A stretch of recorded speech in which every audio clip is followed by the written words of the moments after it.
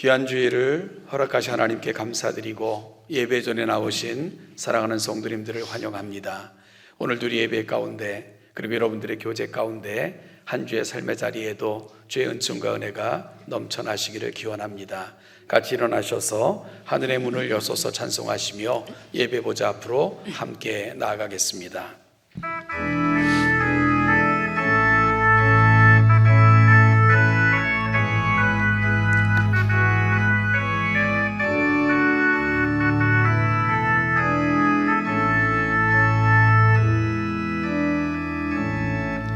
하늘의 문을 여소서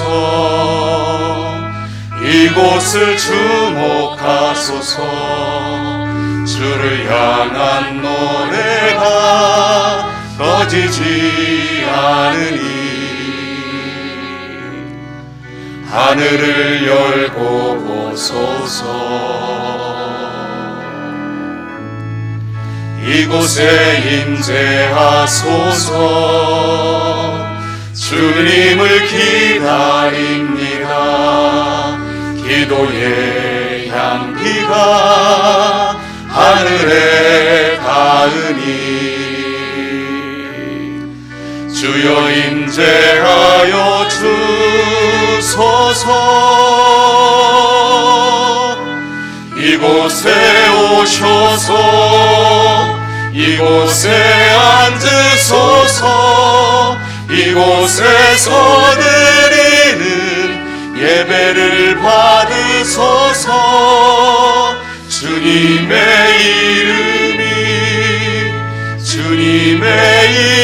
이름만이 오직 주의 이름만 이곳에 있습니다. 이곳에 오셔서 이곳에 앉으소서 이곳에서 드리는 예배를 받으소서 주님의 이름만이 오직 주의 이름만 이곳에 있습니다. 아름다운 소식을 시온에 전하는 자여 너는 높은 산에 오르라. 아름다운 소식을 예루살렘에 전하는 자여 너는 힘써 소리를 높이라. 두려워하지 말고 소리를 높여 유다의 성읍들에게 이르기를 너희의 하나님을 보라 하라. 보라, 주 여호와께서 장차 강한 자로 임하실 것이요 진이 그의 팔로 다스리실 것이라.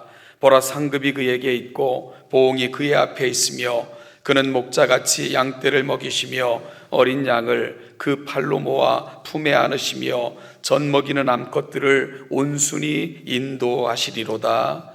아멘.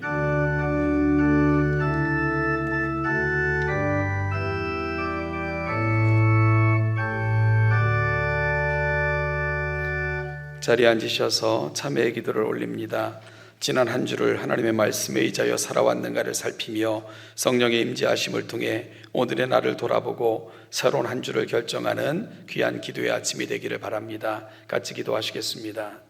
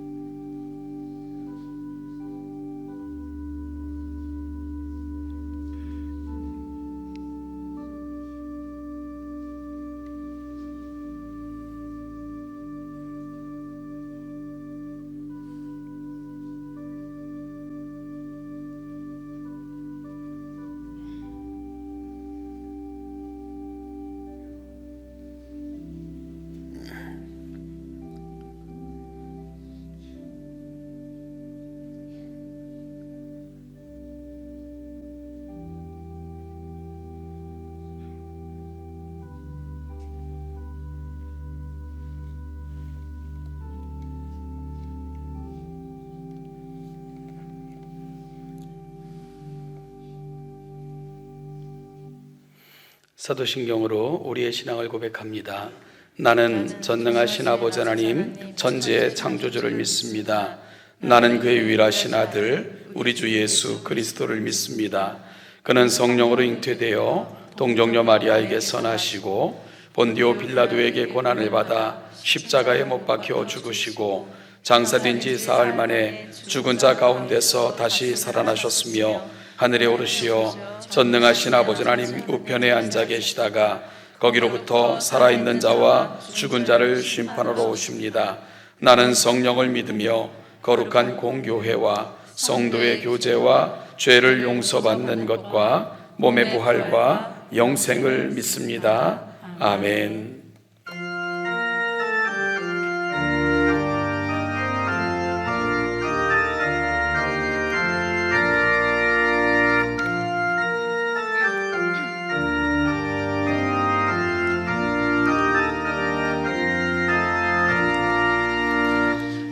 호산나 호산나 다 노래 부른다. 수많은 아이들이 즐거운 노래로 그 품에 안에 채고 복철신 천님께 온 몸과 마음 들여 주 찬양합니다. 저 감람산 길 따라 큰 물이 따르며 그 손엔 종려가지 흔들며 외친다. 만왕의 왕자 예수 나귀를 타시고 그 어린이들 노래 다 받아주신다. 호산나 그의 노래 우리도 부르자. 주 예수 우리 구주 우리의 전능왕 온 마음과 마음 다해 목소리 높여서 영원히 기쁜 노래 주 앞에 드리자.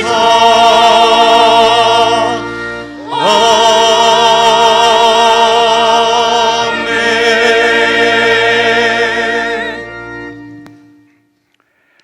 존귀하신 하나님 아버지, 거룩한 주일을 저희들에게 허락하여 주시고 영상과 현장에서 주님 앞에 나오는 예배 자리에 있을 수 있도록 인도하여 주시고 지켜주심에 감사드립니다. 하나님께서는 저희들을 예수 그리스도의 십자가의 공로로 저희들을 자녀로 삼아주시고 성령으로 늘 지켜 인도하시지만은 저희들의 삶을 돌아볼 때 얼마나 하나님 중심으로 예수님 중심으로 저희 삶 속에서 하나님께 영광 돌렸는지 다시 한번 돌아보게 됩니다. 코로나로 인하여서 1년이란 시간들이 정말 순식간에 지나간 것 같습니다. 저희들이 예수를 믿고 하나님을 섬긴다고 하면서 이런 어려움과 환난 중에서 저희들이 무엇을 의지하였는지요. 저희들의 중심이 정말 하늘나라를 소망하면서 하나님의 나라를 확장하는 데 저희들이 전심을 다했는지, 저희들의 삶의 중심이 누구였는지 다시 한번 돌아보게 됩니다. 하나님, 고난 주간을 맞이하여서 저희들이 다시 한번 복음의 본질을 저희 삶 속에 드러내는 사랑하는 성도와 교회가 되기를 소망합니다. 하나님 아버지, 저희들이 살면서 정말 살아가는 가치가 무엇을 위해서 살고 저희들이 저희들 중심으로 생각하고 형식적인 그런 신앙을 살아왔는지 다시 한번 돌아보며 고백하며 주님 앞에 자복합니다. 저희들의 믿음 연약하고 저희들의 죄스러운 마음들을 하나님 불쌍히 여겨 주시옵시고 성령으로 저희들을 다시 한번 세워주시고 하늘나라의 소망을 가지고 하나님께서 주시는 그 신령한 은혜들을 나누며 풍성히 주님 앞에 나아가는 저희들로 인도하여 주시옵소서. 특별히 다음 주간에는 고난주간입니다. 저희들의 죄를 위해서 예수님께서 고난당하시고 십자가에 피 흘리셨습니다. 예수님의 그 헌신과 희생을 통하여 저희들이 낮아지게 하시고 저희들의 예수님의 그 은혜로 말미암아 저희들이 다른 사람들을 저보다 낮게 여기며 다른 사람을 바라보는 시선들을 저희들이 예수 그리스도를 통하여 변화되고 그러던 변화된 삶을 통하여 다른 사람들이 예수님을 알게 하고 하나님 앞으로 나오게 하는 저희 성도들의 삶이 될 수 있도록 하나님 인도하여 주시옵소서. 늘 말씀을 가까이 하게 하시고 기도를 쉬지 않는 성도들 되게 하여 주시옵소서.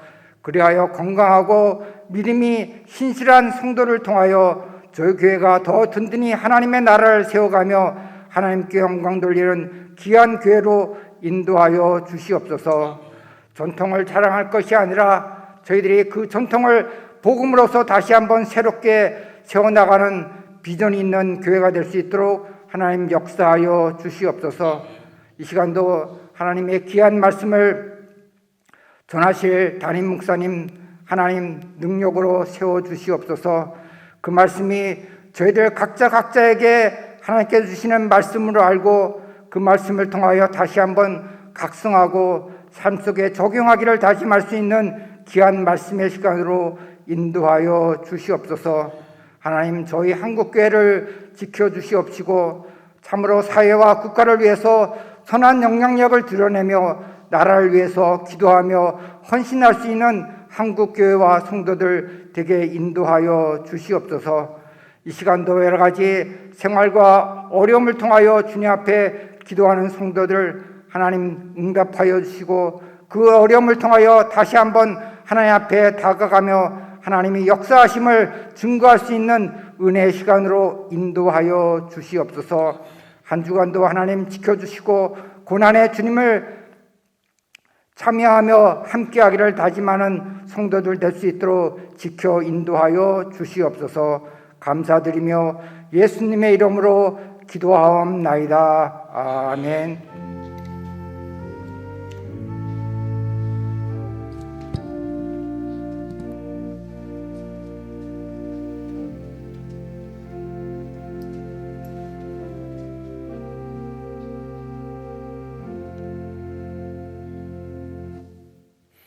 우리의 신앙을 고백합니다. 149장 1절, 4절, 2절 찬송하시면서 준비한 예물을 하나님 앞에 올려드리겠습니다.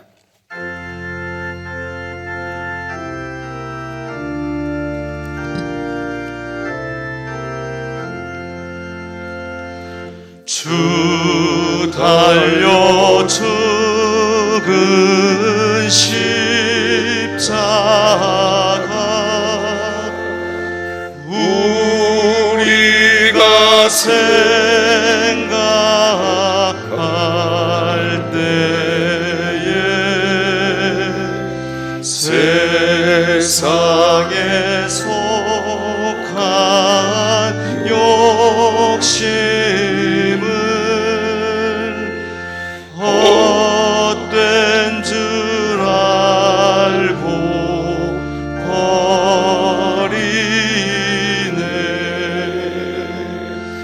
온 세상 만물 가져도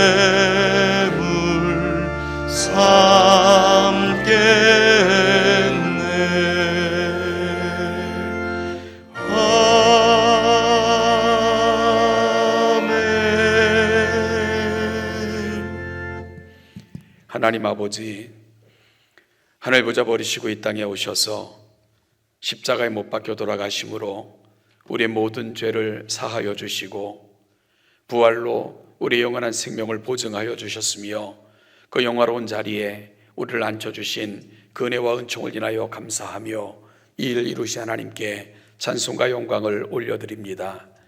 구속받은 거룩한 백성들이 오늘 예배 중에 이 감사의 마음을 담아 적지만 맡겨주신 예물을 하나님 앞에 헌물로 올려드리오니 기쁘게 받아주시고 이 예물이 쓰이는 곳마다 이 땅에 오셔서 죽기까지 우리를 사랑하신 그 아름다운 복음이 온전히 증거되어지는 일에만 귀하게 사용되기를 소원하오니 그리 허락하여 주옵소서. 사랑하는 동천교회가 귀한 성도들의 마음을 받들어 이 땅에 충성스러운 청지기처럼 하나님께서 원하시고 기뻐하시는 데만 이 복된 예물을 사용케 하여 주시고 우리 동천교회를 통해서 주변의 많은 사람들이 하나님 나라 그 아름다움을 경험하는 놀라운 역사가 있게 하여 주옵소서. 오늘도 예배 자리에 귀한 헌물을 드리며 예배하는 자들을 기억하여 주시고 이들의 손길을 하나님께서 붙드시고 이 땅에서도 귀하고 아름다운 손길로 삼으실 뿐만 아니라 이들을 통해 더 많은 사람들이 구원에 이르며 유익함을 이루는 일에 아름답게 사용되어지는 복된 주의 손들이 되게 하여 주옵소서. 이 한 주간도 살아가는 모든 삶의 자리마다 주의 은총과 은혜로 함께 하셔서 주신 복을 평안히 누리며 살아가는 아름다운 한 주간이 되게 하여 주옵소서. 감사드리며 예수님의 이름으로 기도하옵나이다. 아멘.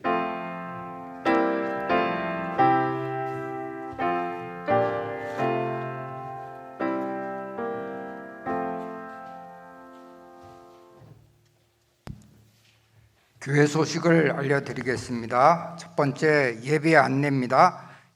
2월 15일부터 자석수 20% 대면 예배가 시행됨에 따라 예배를 안내합니다. 주일 예배는 오전 7시 30분, 9시, 11시로 진행되며 매 시간은 실시간 영상이 제공이 됩니다. 주일 오후 찬양 예배는 가정 예배로 드립니다. 3일 기도회는 7시 30분에 대면으로 진행합니다.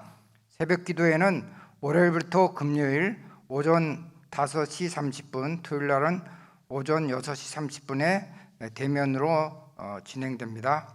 금요일은 동청 라이브 방송으로 대체합니다. 온라인 헌금 계좌가 안내되어 있습니다. 참고하시기 바랍니다. 부활주일 안내를 말씀드립니다. 다음 주일 예배는 부활절 감사 예배로 드립니다. 다음 주 3부 예배 시에는 학습 및 입교식이 있겠습니다. 고난주간 특별 새벽 기도회가 내일 3월 29일부터 4월 30일 토요일 날 오전 5시 30분, 토요일 날은 6시 30분에 드립니다. 정기재직회가 3부 예배 후에 본당에서 있습니다. 권사 세미나도 정기재직회에 있겠습니다. 공동회의 안내를 말씀드립니다. 안수집사 5인, 권사 5인 선출을 위한 공동회의가 4월 11일에 열립니다. 많은 기도 바랍니다. 새벽기도 반주자 모집이 있습니다. 동청 라이브 방송센터 방송을 시작했습니다. 3월 26일 매주 금요일날 오후 8시에 합니다. 내용은 대담, 찬양, 신앙상담, 기도의 메아리 등입니다. 각 부서 1분기 감사 자료를 4월 11일까지 행정실로 제출해 주시기 바랍니다. 교사대학이 4월 3일 토요일 날 오전 10시부터 10시 30분부터 12시 30분까지입니다. 교회 소식 이상입니다. 네, 지금은 새 가족을 만나는 시간입니다. 화면을 통해서 같이 만나보도록 하겠습니다. 우리 김정의 성도님이신데요. 사실은 김정의 성도님은 작년 5월 31일에 등록을 하셨는데 코로나19로 인하여 교우 여러분들에게 자세한 소개가 되지 않았고요. 지난주에 정식으로 등록을 하셨습니다. 우리 김정희 성도님은 형제 이 목장에 소속되어 계시고 선교회는 바나바 선교회이십니다. 김보미 자매님 인도로 등록을 해주셨습니다. 우리 귀한 동천의 가족을 허락하신 하나님께 감사드리고 우리 목장과 그리고 또 해당되는 선교회에서는 우리 화면을 통해서 만나시는 우리 귀한 가족 잘 영접해 주시길 바라고요. 믿음의 아름다운 만남이 이 땅에서 영원까지 우리 가운데 계속되어지기를 간절히 소원합니다. 부고 소식입니다. 우리 3교구에 속해 있는 삼성 1목장에 소속되어 계시는 우리 이용섭 집사님께서 3월 26일 소천하셨습니다. 가족들, 유족들의 뜻에 따라 간단하게 진행되는 장례식이라 저희 교회가 참석할 수는 없지만 우리 위에서 기도해 주시기를 바라고요. 모든 절차가 잘 진행될 수 있도록 기도해 주시길 바랍니다. 그동안 우리 교회를 위해서 여러 가지 구석구석 살피셨던, 그리고 또한 교회를 끔찍이 사랑하셨던 성도님이라고 저도 전해 들었는데요. 하나님께서 이 모든 절차를 잘 인도해 주시고 유족들 위에도 함께 하시기를 다시 한번 간절히 소원합니다. 우리 장로님께서 광고하셨지만 내일부터 한 주간은 고난주간으로 특별 기도회가 진행이 됩니다. 우리 주님의 십자가의 고난을 묵상하고 우리 삶을 돌아보며 내가 어디에 서 있고 우리가 품고 살아가야 될 정신이 무엇인가를 함께 기도하는 가운데 확인할 수 있게 되기를 간절히 소원하고요. 그리고 지난주 금요일부터 시작된 동천 라이브 방송 8시에 유튜브 동천교회 치고 들어오시면 실시간으로 진행되는 여러분 그 금요 라이브 방송에 참여하실 수 있습니다. 여러분 또 실시간으로 참여도 가능하니까 많은 분들이 이 시간을 귀하게 여겨주시고 동참해 주시기를 부탁드리겠습니다. 한 주도 하나님의 은혜가 함께 하시길 바라며 우리 옆 사람들에게 이 마음을 담아 축복했으면 좋겠습니다. 한 주도 건강하시고 행복하시기 바랍니다. 인사하시죠.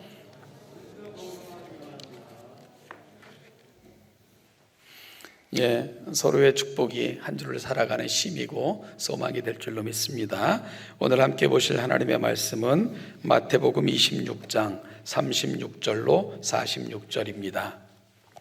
마태복음 26장 36절로 46절 말씀까지를 교독하는 방식으로 같이 읽어 나가겠습니다. 먼저 제가 26장 36절 말씀을 읽겠습니다.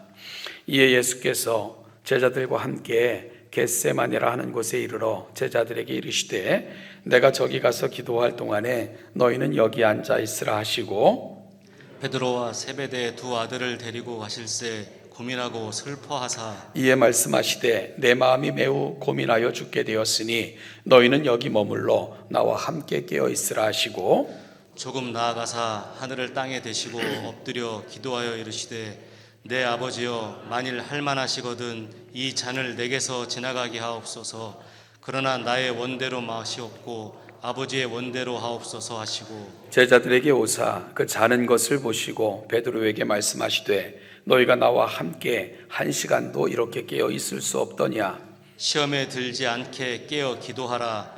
마음에는 원이로되 육신이 약하도다 하시고 다시 두 번째 나아가 기도하여 이르시되 내 아버지여 만일 내가 마시지 않고는 이 잔이 내게서 지나갈 수 없거든 아버지의 원대로 되기를 원하나이다 하시고 다시 오사 보신즉 그들이 자니 이는 그들의 눈이 피곤함일러라. 또 그들을 두시고 나아가 세 번째 같은 말씀으로 기도하신 후 이에 제자들에게 오사 이르시되 이제는 자라 쉬라 보라 때가 가까이 왔으니 인자가 죄인의 손에 팔리느니라. 같이 읽죠. 일어나라 함께 가자 보라 나를 파는 자가 가까이 왔느니라. 아멘. 시온 찬양대에서 준비한 찬양 하나님 앞에 올려드리겠습니다.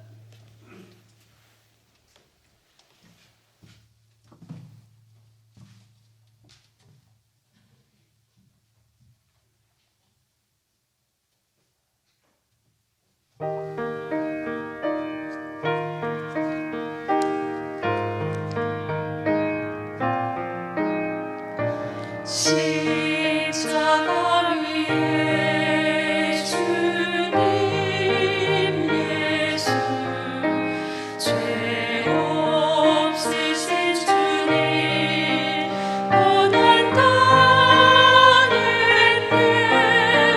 고난 이기신 주님 나의 노래 되셨네 나의 왕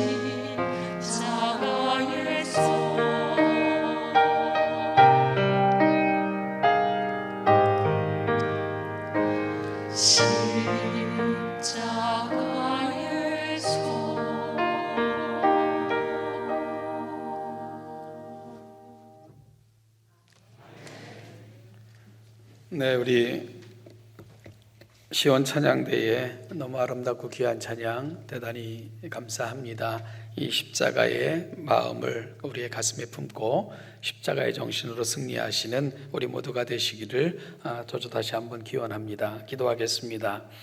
하나님 아버지, 십자가 위에서 보여주셨던 그 놀라운 사랑을 다시금 가슴에 품고 이것이 단순히 기념이 아닌 우리의 정신이 되고 주님과 함께 십자가에 못 박혀 죽을 뿐만 아니라 다시 우리도 주님과 함께 부활함으로 새로운 생명을 얻은 자로 세상 속에서 우리가 새로운 사람이 되었음을 고백하며 드러내며 살아가는 아름다운 주의 백성들이 되게 하여 주옵소서. 오늘 우리에게 주신 말씀을 가슴에 담습니다. 하나님 아버지, 우리 마음판에 새겨주시고 또한 살아갈 때는 이 말씀을 생각나게 하여 주시고 그 말씀을 붙들고 살아갈 수 있는 용기도 우리 가운데 허락하여 주옵소서. 감사드립니다. 예수님의 이름으로 기도합니다. 아멘. 기독교의 역사는 순교의 역사라 해도 과언이 아닐 것입니다. 수많은 사람들이 신앙의 절개를 지키기 위해 기꺼이 고난을 당했고 심지어 생명을 담보로 하는 싸움에서도 물러나지 않았기에 어찌 보면 오늘 우리에게까지 이 아름다운 복음이 증거되게 된 것입니다. 인도의 기독교 역사를 보면 어느 그리스도인이 예수를 믿다가 산채로 살 가죽을 벗기는 그런 형을 언도받게 되었습니다. 그때 사형을 언도받은 그 그리스도인은 사형 집행관을 향하여 다음과 같이 말했다고 합니다. 낡고 오래된 옷을 벗겨주시니 고맙습니다. 이제 곧 그리스도의 의의 옷을 덧 입게 되겠군요 하면서 담대하게 그렇게 순교를 당했다는 기록이 전해져 오고 있고요. 크리스토퍼 러브라는 청교도 목사가 있었습니다. 이 크리스토퍼 러브 목사님은 크로웰 집권기에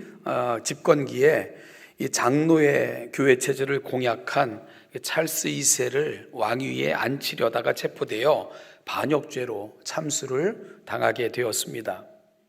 이 크리스토퍼 러브가 참수를 당하는 날 죽음을 앞두고 아내에게 보낸 편지가 전해지고 있는데요. 그 편지 중에는 이런 내용이 있습니다. 오늘 저들은 내 육신의 머리를 자르겠지만 내 영혼의 머리이신 그리스도로부터 끊어내지는 못할 거요. 그러니 나로 인하여 슬퍼하지 마시오 라고 그의 부인에게 편지를 보냅니다. 그리고 기록에 의하면 주님의 영광을 찬양하며 죽음을 맞는 남편을 지켜보면서 그 아내는 갈채를 보냈다는 그런 이야기가 전해져 오고 있습니다. 많은 신앙인들은 이렇게 죽음 앞에서도 당당하게 그 죽음을 맞이했고요. 그리고 승리했고, 그러므로 우리는 그 당당함에 많은 감명을 받곤 합니다. 그런데 오늘 본문에서 죽음을 앞두고 보여주신 주님의 모습은 이런 당당함과는 거리가 멀어 보입니다. 초라하게 보이기도 하고요. 마치 하나님 아버지께 목숨을 구걸하고 강청하는 것 같은 그런 느낌이 들기도 합니다. 주님은 잡히시기 전날 밤 이렇게 기도하셨습니다. 내 아버지여, 만일 할만하시거든 이 잔을 내게서 지나가게 하옵소서. 할만하시거든, 사실 하나님께서 하시지 못할 일이 어디에 있겠습니까? 그러니까 이 기도는 그저 되면 되는 것이고 안 되면 말고요 하는 체념의 기도가 아니고요, 타협적 기도가 아니라 아버지의 전능하심에 기대는 간절한 강청인 것을 알 수 있게 됩니다. 여러분, 이렇게 보면 교회사에 면면을 장식하고 있는 많은 순교자들이 예수님보다 더 용감하게 죽음을 담대하게 맞이하고 그처럼 용감하게 맞닥뜨릴 수 있었다라고 생각할 수도 있는 충분한 여지가 들게 하는 예수님의 마지막 모습입니다. 그런데요, 만약에 오늘 주님께서 보여주신 모습이 그런 비겁함과 그런가 하면은 죽음에 대한 두려움, 그것이 아니라면 주님은 왜 이런 기도를 올려드리고 있는 것일까? 이 부분에 대한 의구심이 있는 것이 사실입니다. 여러분, 십자가의 형벌이 너무 두려워서 그러신 것일까요? 아무 죄가 없으신 분이 그런 끔찍한 형벌을 받는 것이 너무나도 억울하시기에 아버지 할만하시거든 이 잔을 내게서 지나가게 하옵소서라고 강청하고 있는 것일까요? 아니면은 죄 없는 자신을 십자가에 내어주시는 아버지를 향한 원망에서 그런 기도를 올려드리고 있는 것일까? 우리는 이 본문을 해석함에 있어서 몇 가지를 주목하며 그리고 주의하면서 오늘 본문을 풀어갈 필요가 있습니다. 먼저는요, 지금 이 기도는 잡히시고 사형 선고를 받으신 주님께서 드리고 계신 기도가 아니라는 사실입니다. 지금 이 기도를 드리고 있을 당시 주님은 아직 잡히시기 전이었습니다. 또한 그 어떤 형벌도 정해진 것이 없었던 시기입니다. 그러니 십자가의 형벌이 너무 끔찍해서 그 두려움으로 인해서 이런 기도를 드리고 있다는 말은 역시 설득력이 없지요. 더군다나 예수님께는 아직도 기회가 있었습니다. 그래서 예수님의 제자들도 피하실 것을, 그리고 또한 이 모든 것을 권능으로 면하실 것을 요청하기도 했지 않습니까? 그리고 마음만 먹으면 얼마든지 그 자리를 피하실 수 있는 충분한 여건도 마련되어 있었습니다. 여러분, 또한 그를 숨겨주거나 안전하게 모실 수 있는 사람들 또한 없었겠습니까? 그 많은 사람들 중에요. 그렇다면 참 나약하게 보이는 주님의 기도, 그 주님의 기도의 본질은 뭘까? 그 기도의 핵심은 뭘까? 우리는 오늘 이 본문을 통해서 주님께서 드리는 기도의 본질, 그리고 십자가의 본질에 대한 이해에 한번 다가서 보는 그런 시간이 되려고 합니다. 저는 오늘 본문을 주님의 눈물이라는 주제와 함께 살펴보면 오늘 본문을 좀 더 쉽게 이해할 수 있겠다 생각을 해봤습니다. 성경의 증거를 종합해서 살펴보면 성경에는 주님이 흘리신 눈물이 3번 정도 있었음을 기록하고 있는 것을 보게 됩니다. 오늘 읽은 이 본문 37절을 보면 겟세마네 동산에서 주님께서 기도하실 때 매우 고민하고 슬퍼하셨다라는 정도로 복음서 기자들은 기록을 합니다. 물론 이 부분만 가지고도 주님의 고뇌가 얼마나 큰 것이었는가 하는 것을 짐작하고도 남음은 있습니다. 그런데 이 사실을 히브리서 기자는 히브리서 5장 7절에서 육체에 계실 때에 자기를 죽음에서 능히 구원하실 이에게 심한 통곡과 눈물로 간구와 소원을 올렸다라고 기록했습니다. 여러분, 히브리서 기자는 겟세마네 동산에서의 주님의 기도를 다시 한번 살펴보면서 심한 통곡과 눈물로 아버지께 기도했다라고 설명하고 있는 것이지요. 기도하시면서 심한 통곡과 눈물, 겟세마네 동산에서 기도하셨던 주님의 모습인 것입니다. 왜 주님은 심한 통곡과 눈물을 흘리시면서까지 기도하셨던 것일까요? 이 부분은 주님의 눈물을 기록하고 있는 다른 부분과 연관해서 설명해 보면 오히려 더 쉽게 이해가 되리라 생각이 되는데요. 성경을 보면 주님이 눈물을 흘리신 또 다른 2번의 기록을 살펴볼 수 있게 됩니다. 첫 번째는 겟세마네 동산의 기도였다면, 다른 하나는 주님께서 나사로의 집, 즉 죽은 나사로를 방문하셨을 때에 나사로의 무덤 앞에서 눈물을 흘리셨더라라고 요한은 기록하고 있습니다. 예수님께서 그의 집에 도착하셨을 때에 물론 나사로는 죽은 후입니다. 마르다가 예수님의 발 앞에 엎드려서 말하기를, 주께서 여기 계셨더라면 내 오라버니가 죽지 아니하였겠나이다 하면서 안타까워할 때에 주님은 나사로 무덤 앞에 서시게 됩니다. 그리고는 그 무덤 앞에서 눈물을 흘리셨다고 요한은 전하고 있습니다. 여러분, 주님이 그 집에 가신 이유가 뭡니까? 나사로를 살리시기 위해 죽은 나사로의 집을 방문하신 것입니다. 그렇다면은 오히려 우는 사람들을 위로하시면서 울지 말라, 너희들이 이제 아주 큰 일을 보게 될 것이다 하고 위로하실 수 있는데 오히려 무덤 앞에서 울고 계신 분은 주님이셨다고 요한은 기록하고 있는 거죠. 여러분, 왜 굳이 나사로의 무덤 앞에서 살리실 것이면서 눈물 흘리고 계신 것일까요? 그것은 단순히 나사로 개인을 위한 눈물이 아니라는 것을 쉽게 알게 됩니다. 그렇다면 나사로의 무덤 앞에서 흘리신 그 주님의 눈물, 그 진한 눈물의 의미가 뭘까요? 그것은 바로 전 인류를 위해 흘리시는 주님의 눈물이었습니다. 죄 가운데 태어나 죄 가운데 살다가 결국은 무덤이 끝일 수밖에 없는 인생, 그것이 바로 주님이 바라보셨던 그 앞에 있는 모든 인류의 안타까운 상황이었습니다. 주님의 눈물은 바로 나사로 개인을 위한 눈물이 아니라 이 인류를 향한, 그래서 이 땅에 오실 수밖에 없었던 그 주님의 마음에 가득 담겨진 그 사랑의 마음이었음을 알게 되는 거죠. 주님이 나사로의 무덤 가운데서 흘리신 눈물은 바로 그런 인간의 죄와 운명과 비참을 보시면서 흘리셨던 눈물이셨던 것입니다. 그리고 그 나사로를 무덤 밖으로 불러내어 생명을 되돌려 주시면서 주님이 이 땅에 오신 이유가 바로 거기에 있음을 분명하게 메시지로 선포하고 계신 것입니다. 사랑하는 여러분, 주님이 이 세상에 오신 이유가 뭘까요? 바로 인간의 죄와 운명과 비참함을 해결해 주시기 위해 주님께서 오신 것입니다. 그리고 성경의 기자들은 주님의 마음속에 담겨진 그 안타까움, 사랑, 그리고 간절함이 바로 눈물을 흘리면서까지 세상을 사랑함으로 나타나고 있는 것이며, 그 사랑이 결국은 세상을 향한 십자가로 연결되고 있다고 설명하고 있는 것입니다. 우리는 주님의 눈물 속에서 우리의 죄와 죄의 결과 비참함을 안고 살아갈 수밖에 없는 인류를 향해 흘리시는 그 뜨거운 사랑을 경험하게 되는 것입니다. 그리고 또 하나, 주님께서 흘리신 눈물의 기록은 예루살렘 성을 바라보시면서 눈물을 흘리셨다라고 기록하고 있습니다. 주님께서 마지막 주를 보내시기 위해 예루살렘에 입성하시면서 그 예루살렘을 성을 바라보시면서 흘렸던 눈물이 바로 주님이 우리 성경에 나타나고 있는 또 다른 주님의 눈물입니다.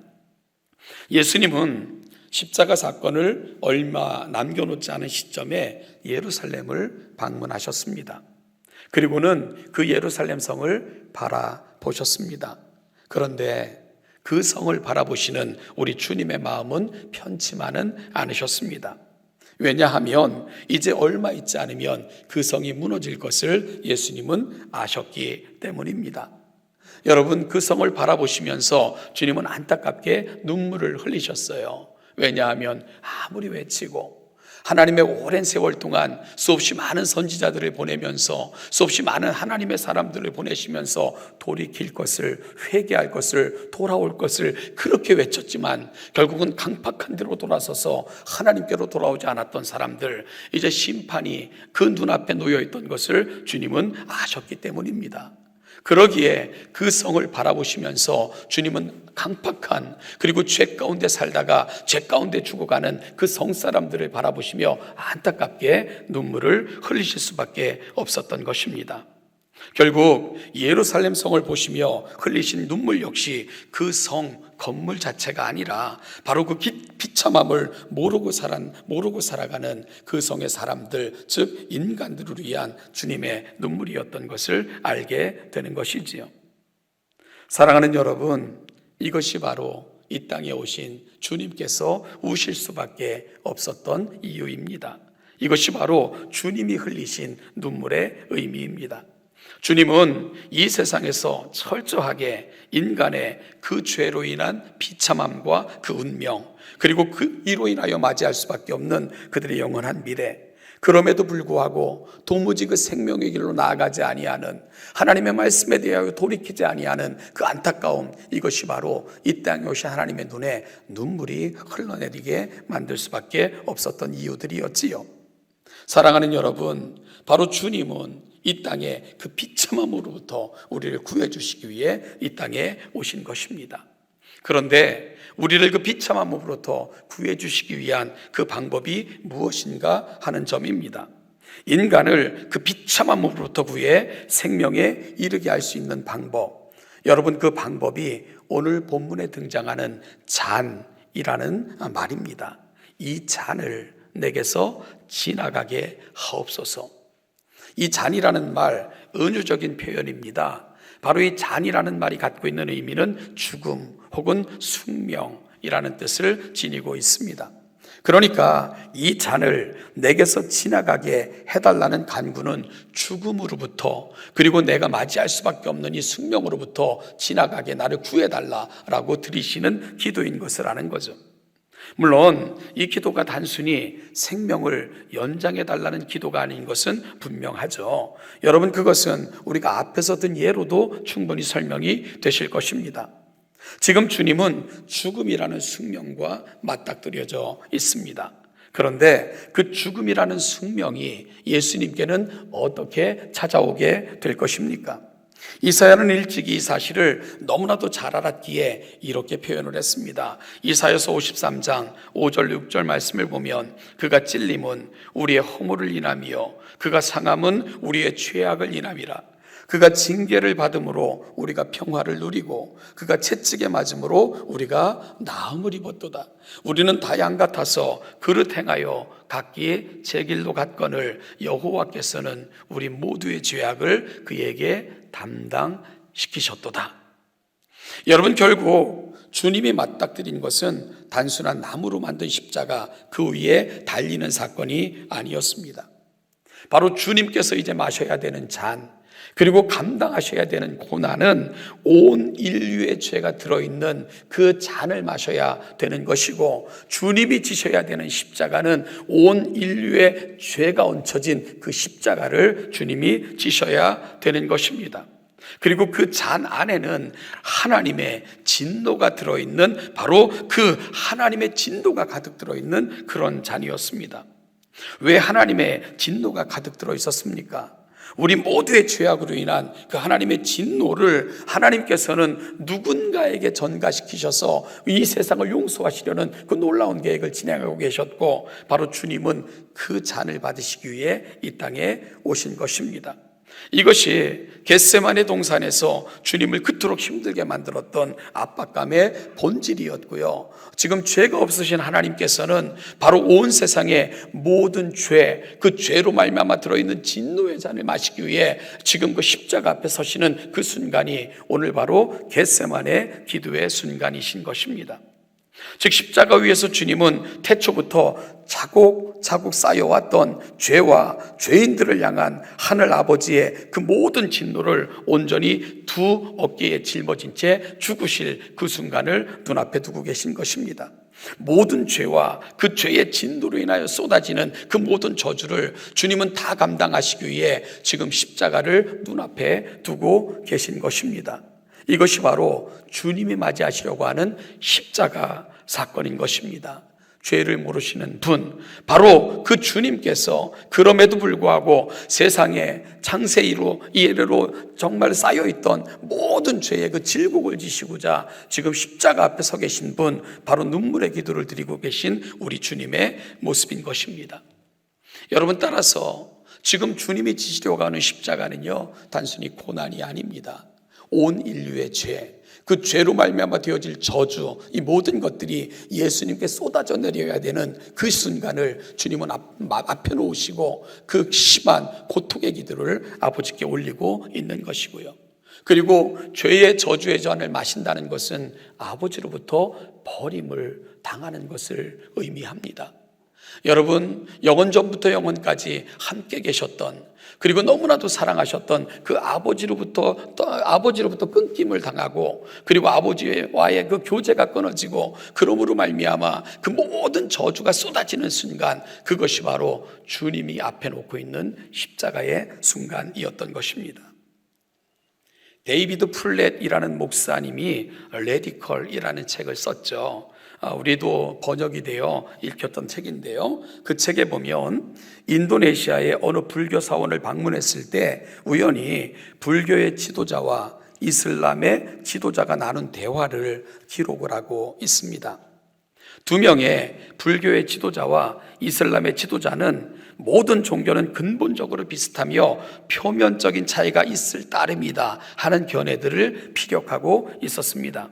그들이 말하기를 사소한 것에서는 시각 차이가 있을 수 있겠죠. 하지만 본질적인 차원에서는 어느 종교나 추구하는 것과 가는 방향이 같다고 생각을 하면서 서로 마음이 아파지는 그러한 순간이었습니다. 열띤 토론을 벌이던 두 종교 지도자들이 그 옆에 있던 플랫 목사님에게도 의견을 물었습니다.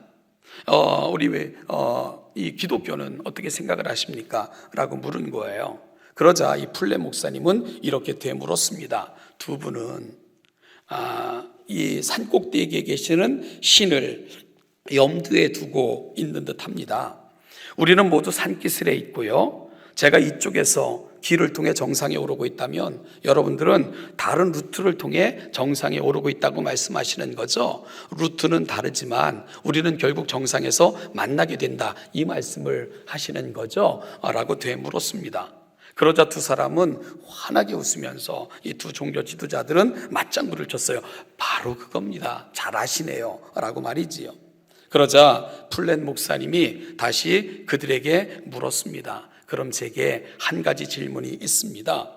산 꼭대기에 계시던 신이 지금 이곳까지 내려오셨다면 어떨 것 같습니까? 인간들이 저마다 길을 찾아 그분께 다가가길 기다리지 않고 길을 찾지만 찾을 수 없고 그리고 올라가다가 지치는 그 인간들에게 말이야 그 길을 찾는 것을 내버려 두시고 맡기지 않으시고 그 신이 직접 길을 찾고 있는 우리에게 내려오셨다면 그러면 어떻게 될까요? 라고 되물었습니다. 그러자 둘은 잠시 생각을 하더니 입을 모아 이렇게 대답을 하더래요. 그렇다면 정말 멋진 것 같은데요? 이렇게 대답을 하더라는 거예요. 우리가 온 노력을 다해서 길을 찾아서 헤매이고 올라가 정상에 오르는 것보다는 정상에 계신 신이 오히려 길을 찾지 않고 우리 가운데 먼저 내려오신다면 어떻겠는가? 그렇다면 어떻겠어요? 라고 묻고 있는 그 목사님에 대해서 그 종교 지도자들은 그렇다면 정말 멋질 것 같은데요? 라고 대답을 하더랍니다. 그러자 플랫 목사님이 그들에게 이렇게 말했대요. 그렇게 하신 분을 제가 소개해 드릴까요? 예수 그리스도, 바로 그분이 그렇게 하셨습니다. 라고 대답을 했답니다. 사랑하는 동천교회 성도 여러분, 저도 바로 이분을 여러분에게 소개하고 있는 것입니다. 우리에게 길이 되셔서 찾아오신 분, 그러므로 말미암아 이 땅에 오셔서 우리를 만나주신 분, 우리 보고 힘써 그리고 노력해서 길을 찾고 온갖 것 다해서 내게로 오라 말씀하시지 않으시고 우리의 약함을 아시기에, 우리의 비참함을 아시기에, 결국 실패할 수밖에 없는 우리의 연약함을 아시기에 먼저 길을 내셔서 찾아오셨고 그 길 가운데로 오라고 말씀하시는 분, 그분을 저와 여러분들이 만나고 계신 것입니다. 그분이 누구십니까? 바로 예수 그리스도십니다. 우리의 힘과 능력 가지고는 그 나라에 이룰 수 없기에 그분께서 창세전부터 쌓여왔던 모든 죄의 질고 저주를 우리 대신 짊어지시고 십자가에서 못 박혀 돌아가심으로 우리의 모든 죄를 사하여 주심으로 아버지께로 갈 수 있는 길을 손수 내신 분, 그 길을 찾아주신 분, 바로 그분이 저와 여러분 가운데 찾아오셨던 예수 그리스도이신 것입니다. 그래서 예수님께서 말씀하십니다. 내가 곧 유일한 길이고 내가 곧 유일한 진리이고 내가 곧 유일한 생명이다 라고 말씀하고 계신 것입니다. 사랑하는 동천교회 성도 여러분, 오늘부터 우리는 고난주간을 맞이하게 될 것입니다. 주님의 고난, 그것은 단순히 힘든 십자가를 앞에 놓고 그래서 고통 가운데서 부르짖었던 그 고난의 기도, 고난의 길이 아닙니다. 그 길은 온 인류의 죄, 그 질곡을 지시고 우리 가운데 길을 내기 위해서 하나님의 진노가 깃든 그 모든 잔을 홀로 마시시고 우리의 모든 죄, 겪어야 될 인류의 모든 죄에 대한 대가를 홀로 감당하셨던 사건, 그것이 바로 십자가의 진정한 의미입니다. 그래서 우리는 내가 길을 찾지 않아도, 내가 힘들여서 까지고 깨지면서 올라가지 않아도 그분께서 찾아주신 길이 있기에 우리는 그 길을 걸어 아버지께로 도달할 수 있게 된 것입니다. 이것이 바로 십자가의 사건이고 우리가 받은 은혜입니다. 이 고난주간 바로 그 예수님의 그 진한 눈물, 우리를 사랑하신 사랑 속에서 오늘 내가 있는 자리와 우리가 나아가야 될 길, 그리고 우리가 가슴에 품어야 될 가치가 무엇인가를 확인받고 돌아가시는 오늘 복된 이 아침이 되시기를 주님의 이름으로 축복합니다. 주님의 기도는 바로 아버지께로부터 버림받는 사건이었기에 내가 마셔야 될 모든 진노가 들어있는 그 진노의 잔을 홀로 마셔야 되셨기에 주님께서 흘리신 눈물이었고, 그 눈물 속에서 우리는 아버지께로 나아갈 수 있는 그 길을 얻게 되신 것입니다. 우리 남은 생애를 이 은혜에 감사하며 십자가의 은혜를 붙드시고 살아가시는, 그리고 십자가 안에서 승리하시는 동천의 모든 성도들 되시기를 주님의 이름으로 축복합니다. 기도하겠습니다. 하나님 아버지, 은혜와 사랑을 감사드립니다. 오늘 이 아침 우리를 그 진한 십자가, 정말 눈물을 흘리면서까지 인류를 사랑하셨던 그 사랑 앞에 세워주시니 감사합니다. 하나님 아버지, 놓치고 살았다면, 잊고 살았다면, 십자가의 의미가 우리의 삶 가운데 퇴색되어져 있다면 다시 한번 우리를 추스리고 돌아보며 십자가 앞에, 선명한 은혜 앞에 우리가 다시금 섬을 받는 아름다운 계기가 되게 하여 주시옵소서. 이 고난주간 주님의 십자가를 묵상하는 가운데 내가 해방되었음과 정말로 그 내가 감당해야 될 모든 죄로부터 용서함을 받았다는 기쁨과 감사가 회복되게 하여 주시고, 우리의 남은 생애를 구원받은 감사와 감격으로 살아갈 수 있는 아름다운 동천의 모든 성도들이 되게 하여 주시옵소서. 감사드리며 예수님의 이름으로 기도하옵나이다. 아멘. 같이 일어나셔서 148장을 찬송하시겠습니다.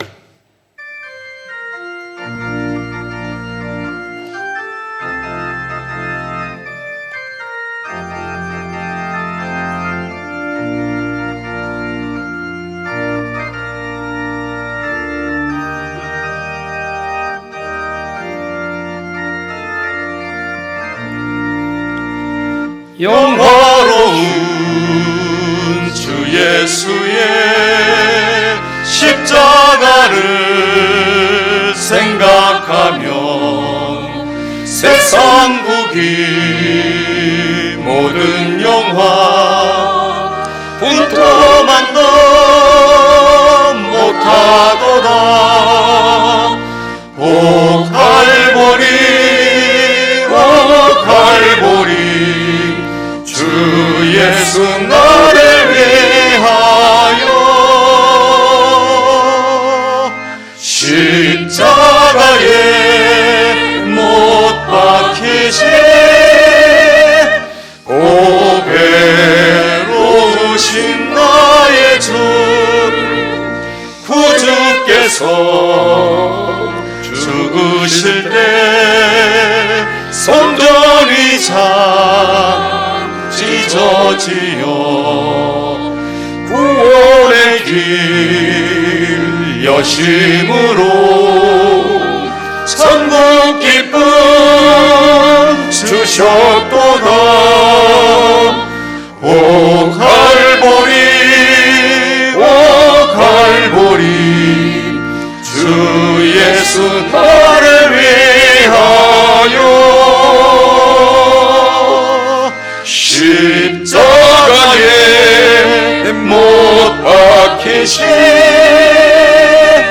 고배로우신 나의 주 구주 예수 갈보리에 흘린 피와 물 가지고 나의 몸과 영혼까지 구속하여 주셨도다.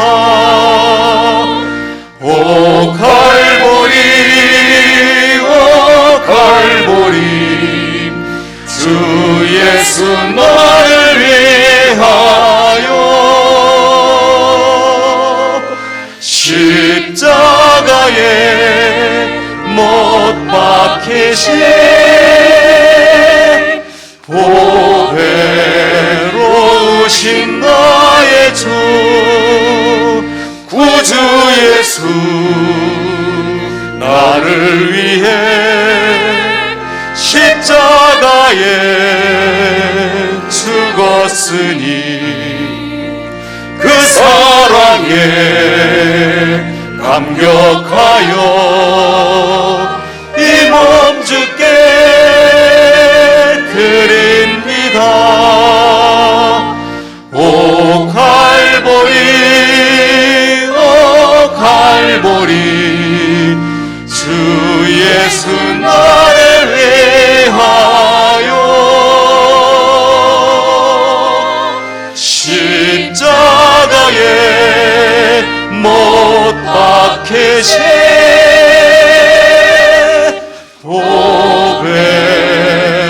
보배로우신 나의 주.